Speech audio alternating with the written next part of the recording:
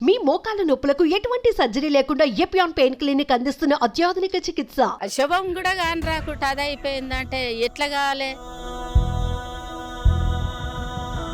23 ఏళ్ళ కొడుకు బలిచ్చినట్టు అయింది. తల్లికి ఎంత శోకం ఉంటుంది. 2 గంటలలో వస్తా అమ్మా అని చెప్పిండు. మేము వెతుకుతున్నాము, 2 బోర్డులు పెట్టాము, దొరకలేదు అని చెప్పేసి వాళ్ళు చెప్తున్నారు.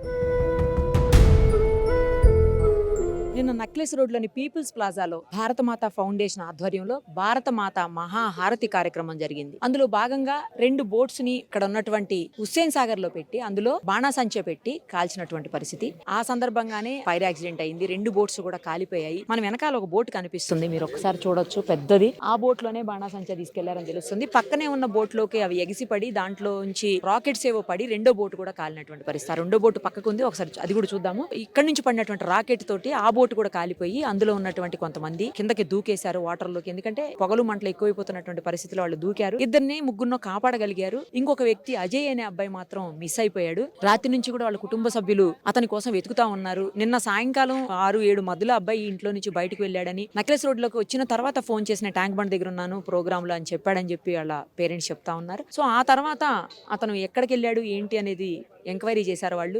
ఆ అబ్బాయితో ఉన్నటువంటి వాళ్ళ ఫ్రెండ్స్ కూడా ఆ బోట్లో ఇంకా కొంతమంది ఫ్రెండ్స్ వెళ్ళారని చెప్తున్నారు. వాళ్ళందరూ సేఫ్ గానే బయటకు రాగలిగారు. బట్ ఈ అబ్బాయి మాత్రం మిస్ అయిపోయాడు. మిస్సింగ్ కేసు కూడా నమోదు చేశారు లేక్ పోలీసులు. ఈ రోజు మార్నింగ్ వాళ్ళ ఫ్రెండ్స్ ని తీసుకెళ్లి ఎక్కడ జరిగింది ఏంటి, ఎక్కడున్నప్పుడు వాళ్ళ దాంట్లో బోట్లోకి క్రాకర్స్ పడాయి ఇవన్నీ కూడా తెలుసుకునేందుకు అది ఆల్రెడీ బోట్లలో వాళ్ళని తిప్పుతా ఉన్నారు పోలీసులు. గజ ఈతగాళ్ళను కూడా పెట్టి మరి తను సేవ్ అయ్యే అవకాశాలు ఎంతవరకు ఉన్నాయనేది మాత్రం కష్టమే. ఎందుకంటే బోట్లో ఉన్న ఫైర్ యాక్సిడెంట్ కి అబ్బాయికి ఏదో ఒకటి జరుగుతుంది, లేదు వాటర్ లోకి దూకినా కూడా అతనికి ప్రమాదమే.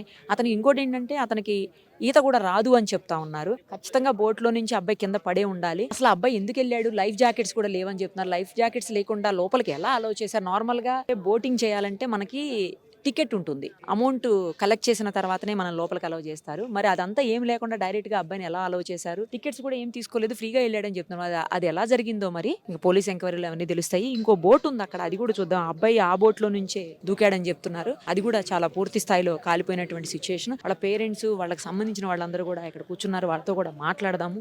ఎందుకంటే నిన్నటి నుంచి కూడా అబ్బాయి కనిపించక వాళ్ళు తీవ్రమైన ఆందోళనకి గురవుతున్నటువంటి సిచ్యుయేషన్. 21 years అబ్బాయి బీటెక్ చదువుతున్నాడని చెప్తున్నారు.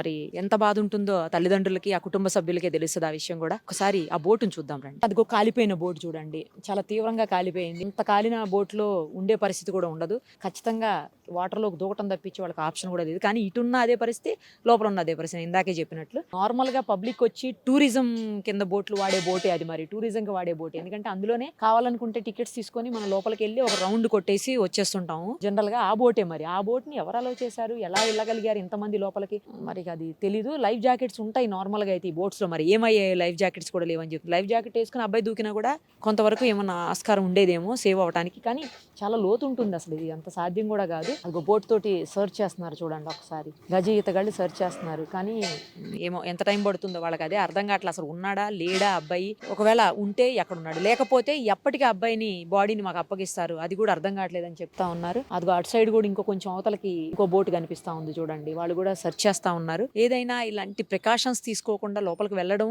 తర్వాత పర్మిషన్ ఉందో లేదో అది కూడా ఇంపార్టెంట్. నెక్స్ట్ క్రాకర్స్ కాల్చడానికి కూడా పర్మిషన్ లేదు అని కొంతమంది అంటున్నారు. మరి అది కూడా నిజమైతే వాళ్ళ మీద కూడా కేసు బుక్ చేయాల్సి ఉంటుంది 100%. ఇంకోటి వాటర్ లోకి ఆ టైంలో మరి క్రాకర్స్ ఎందుకు కాల్చారో ఏంటో అంటే ఇక్కడ ప్రోగ్రామ్ జరుగుతున్న టైంలోనే వెనకాల క్రాకర్స్ అంటే వాటర్ లో కాల్చాలి అని ఏమన్నా అట్లా ప్లాన్ చేశారో మరేమో ఇక తెలియదు డీటెయిల్స్. ఒకసారి వాళ్ళ పేరెంట్స్ తో మాట్లాడదాము. వాళ్ళ కుటుంబ సభ్యులు అలాగే చాలా మంది ఉన్నారు వాళ్ళకి సంబంధించిన వాళ్ళు. ఇంకోటి ఏదైతే ప్రమాదం జరిగిందో ఆ సమయంలో ఇక్కడ ఉన్నటువంటి ప్రత్యక్ష సాక్షులు కూడా ఉన్నారు. అందరితోటి మాట్లాడే ప్రయత్నం చేద్దాం. వాళ్ళ మదర్ ఇప్పుడు ఇక్కడే ఉన్నారు.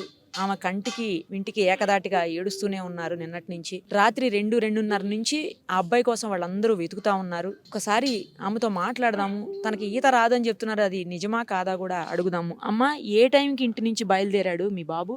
7 గంటలకండి. ఎవరెవరు వచ్చారమ్మా ఆ టైంలో? ఎవరెవరు వెళ్ళారు? ఇంటికాడ నుంచి అయితే ఆయన ఒక్కడే వెళ్ళిండండి. ఇక్కడికి వచ్చినాక ఫ్రెండ్స్ తో వచ్చినా అని చెప్పిండు. మీరు మాట్లాడారా తనతోటి వచ్చాక? ఇక్కడికి మాట్లాడిన ఎప్పుడు వస్తావని అడిగిన.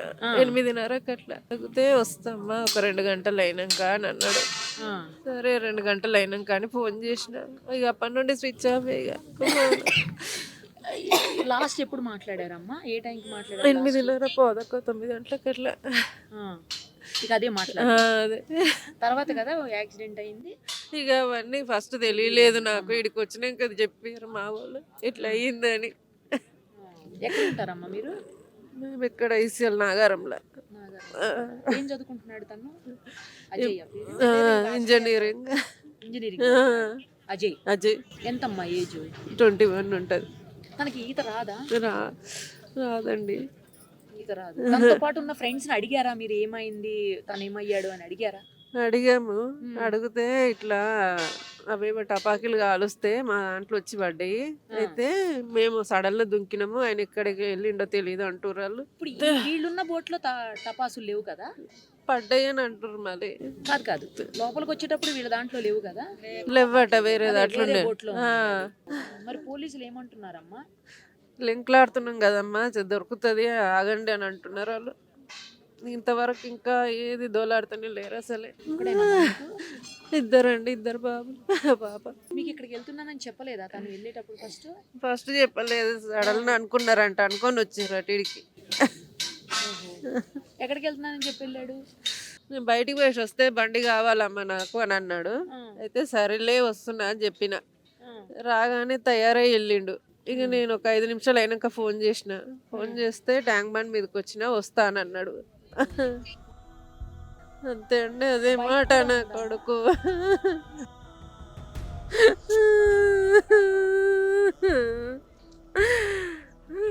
వస్తా అన్నాడు, 2 గంటలలో వస్తా అమ్మా అని చెప్పిండు.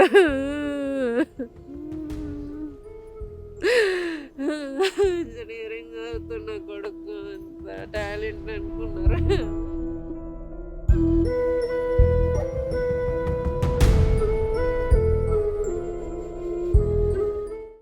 ఏం జరిగిందమ్మా అసలు చెప్పండి, మీకు తెలిసినంత వరకు ఏం జరిగింది? నాకు తెలిసిన రాత్రి ఇక్కడ బోట్లో వెళ్ళిరండి అందరు, మా కొడుకు వాళ్ళ ఫ్రెండ్స్ అందరు కలిసి వెళ్ళిర్రు. అయితే అక్కడ ఆ బోట్ కాకుండా పక్క బోట్లో ఇంకా టపాకాసులు ఉన్నాయంట. దాంట్లో కాలుస్తుంటే అది వచ్చి ఈ బోట్లో పడ్డదంట. రాకెట్ వచ్చి దీంట్లో పడింది, అది పడక మొత్తం కాలిపోయింది. వాళ్ళ ఫ్రెండ్స్ అందరు దుంకేసిర్రు, అంటే పట్టుకున్నారంట. అది దుంకే వరకు మా బాబుకు మరి కాలిందో ఏమైందో తెలియదు, అలా పడ్డాడు అనేసి చెప్తున్నాడు. అది చూడాలి, చూస్తే తెలుస్తుంది. పోలీసు వాళ్ళు మాత్రం ఇంతవరకు రియాక్ట్ అవుతలేరండి. నిన్న అంతా మీటింగ్ అయ్యింది, రాజకీయాలని అన్ని అయినాయి, వచ్చి వాళ్ళ పార్టీ వాళ్ళు వెళ్ళిపోయారు. ఇక్కడ ఒక మనిషి పడ్డాడు, ఏమైంది ఏందని ఇంతవరకు ఎవరు వచ్చింది లేదు, చూసింది లేదు, ఇక్కడ ఎంక్వైరీ చేసింది లేదు. ఇప్పుడు అల్ల కూడా దోలాడుతున్నాం అంటారు, కానీ అది ఎట్లా దోలాడుతున్నారు వాళ్ళకే అర్థం కావాలి. ఇంతవరకు వాళ్ళు ఈతగాళ్ళని వచ్చి పంపించి ఆ బోటు మీద తిరుగుతే ఏం దొరుకుతారండి వాళ్ళు? మనిషి లోపల పడ్డ మనిషి బయట ఎట్లా కనిపిస్తాడు? ఈతగాళ్ళు వచ్చి చూస్తేనే కదా మనిషి ఉన్నాడా లేదా అని తెలిసేది. మా అక్క చూడు ఎంత నిన్న రాత్రి నుంచి అండి తను ఒక్కటే ఏడుచుకుంటా కూర్చుంది ఇక్కడ. బయట పడ్డాడు అబ్బాయి, ఇంతవరకు అజుకే తెలియదు అసలు. ఏం చెప్పడం లేదు సరిగా, వాళ్ళు రెస్పాన్స్ సరిగా ఏం లేదు, అక్కడ చాలా ఇబ్బంది అయిపోతుంది. పబ్లిక్ కూడా నిన్న రాత్రి చాలా మంది పబ్లిక్ ఉన్నారండి. అది పడ్డారు, పడంగానే ఎంత మంది రియాక్ట్ అవ్వచ్చు? పబ్లిక్ లేరని కూడా కాదు, నిన్న రాత్రి మీటింగ్, ఇంత పెద్ద మీటింగ్ అయినప్పుడు ఎంత మంది పబ్లిక్ ఉంటారు ఇక్కడ? అసలు కాదండి, అలా టపాకా అసలు కాలువనికి పర్మిషన్ ఎవరు ఇచ్చిర్రు? అసలు అలా కాలువనే కాలవద్దు. నిన్న నైట్ జరిగినది ఇష్యూ మాకు తెలిసింది 3 గంటల సమయంలో. మా 3 గంటల సమయం తెలియగానే మేము ఇక్కడ రావడం జరిగినది. అందులో ఈ నుంచి వాళ్ళ ఎంబడి మా బాబు 2 పిల్లలు వచ్చారు. వాళ్ళు వచ్చిన సమయంలో వాళ్ళు చెప్పడం ఏంటంటే, వాళ్ళు మాతో పాటు వచ్చిండు, మేము బయటకు వచ్చాము, ఆ బాబు ఒక్కడే బయటకు రాలేదు, మీది ఇంటికి ఏమన్నా వచ్చాడా అని మమ్మల్ని క్వశ్చన్ వేశారు. క్వశ్చన్ వేస్తే ఇంత రాలేదు, మరి మీకేమన్నా తెలిసి చెప్పండి అంటే, ఇక్కడ బాణసంచాలు తెలుసు, మాకు ప్రాబ్లం అయింది, ఇక్కడ పిల్లాడు మాకు మిస్ అయ్యిండు, మా దగ్గర రాలేదు, మరి మీ దగ్గర వచ్చారని మాకు కాల్ చేశారు, మాకు ఇంతవరకు రాలే అనేసి మేము అడావిడిగా ఇక్కడ వచ్చి ఇక్కడ ఎవరిని అడిగినా అని SI గారిని CI గారిని మాకు తెలియదు, మేము ఎత్తుకుతున్నాము, 2 బోర్డులు పెట్టాము, దొరకలేదు అని చెప్పేసి వాళ్ళు చెప్తున్నారు. ఇన్ఫర్మేషన్ ఇది మాకు ఇంతవరకు ఏ ఇన్ఫర్మేషన్ కరెక్ట్ లేదు. అయినా అని ఈ ఆయుషా భారత్ అని స్టేజ్ అనేది భారత్ మాతది స్టేజ్ చేసిరు, ఆ స్టేజ్ వెనకాలనే కాలవాలంటే ఈ ట్యాంక్ బండిల్లో కాలవాలని ఏముంది? ఇక్కడ ముందు కాల్చో బయట కాల్చవచ్చు కదా, బయట లోపల కాల్చి ప్రాణాలు పోయేటట్టు ఆల్రెడీ ప్రాణాలు పోతున్న వాళ్ళని తీసుకొచ్చి ఇంకా పోకుండా మంచి కాపాడాలని చూడాలి, కానీ ఇంకా అక్కడనే కాల్చి వాళ్ళని కాపాడలేక వాళ్ళని వదిలిపెట్టేసి ఒక్కడే 2 మిస్ అయినారు. అందులో మా బాబు ఒకడు. ఇప్పుడు ఎవరినైనా మాకు జవాబు ఇవ్వట్లేదు. ఇలాగే అందరినీ చూసుకుంటా ఇట్లా మీడియాలో వచ్చినప్పుడు మనం మాట్లాడుకుంటూనే ఉంటుంది, కానీ మాకు ఏ రాజకీయ నాయకుడు ఇంతవరకు రాలేదు, మమ్మల్ని అడగలేదు. అదేదో అంటున్నారు ఎవరో ఇక్కడ ఉన్న వాళ్ళు, యశోద హాస్పిటల్లో ఒక బాబు ట్రీట్మెంట్ ముందు అక్కడ వెళ్ళి పరామర్శించిన అని చెప్తున్నారు, ఇక్కడ మాకు ఎవరు పరామర్శించడానికి రాలేదు. మా తల్లిదండ్రులు ఇప్పుడు మా అన్నయ్య వాళ్ళే గారు మొత్తం వాళ్ళు బాధపడికి శోకదానిలో మునిగినారు. ఇంకా వాళ్ళకి ఏం చెప్పాలో వాళ్ళకి ఏం చేయాలో ఇట్లా అర్థం అవుతలే, ఏడ్చుకుంటా ఉన్నారు. నిన్న సాయంత్రం 7:30 ప్రాంతంలో ఇంటి దగ్గర నుంచి నేను ట్యాంక్ బండ్ వెళ్తున్నా మమ్మీ అని చెప్పి ఇంటికి నుంచి ఇక్కడ వచ్చాడట. ఇక్కడ ప్రోగ్రామ్ జరిగినప్పుడు 8:30 కూడా ఫోన్ చేశాడట ఇక్కడ ఉన్నా అని చెప్పి. కానీ బోట్ ఎక్కిన విషయం ఇంట్లో వాళ్ళకి తెలియదు. 2:30, 3 అయింది. 3 గంటల ప్రాంతంలో మా ఇంటికి వస్తే మేము పోలీస్ స్టేషన్కి వచ్చి మేము పోలీస్ వాళ్ళకి మేము చెప్పేంత వరకు కూడా వాళ్ళకి తెలియదు విషయం ఏందనేది. వాళ్ళ ఫ్రెండ్స్ ఇద్దరికి ఫోన్ చేస్తే వాళ్ళు ఇద్దరు వచ్చారు. ఆ బోట్లో అప్పటి వరకు తెలియదు. ఆ మిగతా ఇద్దరు ఫ్రెండ్స్తో కలిసి వీళ్ళు ముగ్గురు కలిసి వెళ్ళారు. ఎలాంటి లైఫ్ జాకెట్ లేకుండా ఎలా పర్మిషన్ ఇచ్చారు? ఆ బోట్ ఎక్కాల్సిన అవసరం ఏమి ఎందుకు వచ్చింది? అది అర్థం కావట్లేదు. ఒకటేసారి ఆ బాణాసంచ పేలడంతో ఆ ఇద్దరు స్నేహితులు దూకేసి ఆ రిస్కీ టీం వాళ్ళు కాపాడగలిగినారు. మా వాడు అందులోనే ఉన్నారని చెప్పి ఆ ఇద్దరు మిత్రులు చెప్పడం జరుగుతుంది. కానీ ఇంతవరకు ఎవరు పట్టించుకుంటలేరు. ఇది ఏం అర్థం అయితే ఎలాంటి రాజకీయ నాయకుడు కూడా వచ్చి ఎలాంటి సమాచారం మాకు చెప్పట్లేదు. ఎక్కడో హాస్పిటల్ పోయి వాళ్ళని పరామర్శించిన ఇలా పరామర్శించిన అని చెప్తున్నారు. మళ్ళీ ఇక్కడ గల్లంతైన వ్యక్తిని ఎవరు పట్టించుకునే నాయకులు లేడు. కింద వాటరు, మీద మంట, అక్కడ మంటలు చెలరైనప్పుడు మనిషి కింద పడ్డ ప్రమాదమే, మీద ఉన్న ప్రమాదమే. ఇలాంటి సంఘటన చేయకూడదు. చాలా దురదృష్టకరము. ఇటువంటి ఎవరికి కూడా రావద్దు. పగోను కూడా ఇలాంటి సంఘటన జరగకూడదు.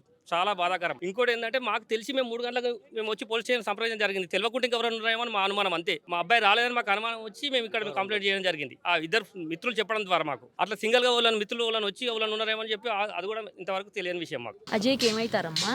నాయనమ్మ ఏమైంది? ఎప్పుడు వెళ్ళిండి? మీతో ఎప్పుడు మాట్లాడిండు? పొద్దున 9 గంటలకు అట్లా ప్రోగ్రామ్కి వచ్చిర్రు 3 దోస్తులు కలిసి.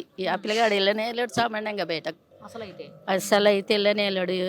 కాలేజీకి పోవాలి రావాలి, కాలేజీకి పోవాలి రావాలి, ఇంట్లోనే ఉండాలి. ఇక నిన్న ఆ దోస్తులతో వచ్చిండ్రేమో, ఈడ చూసిండ్రేమో.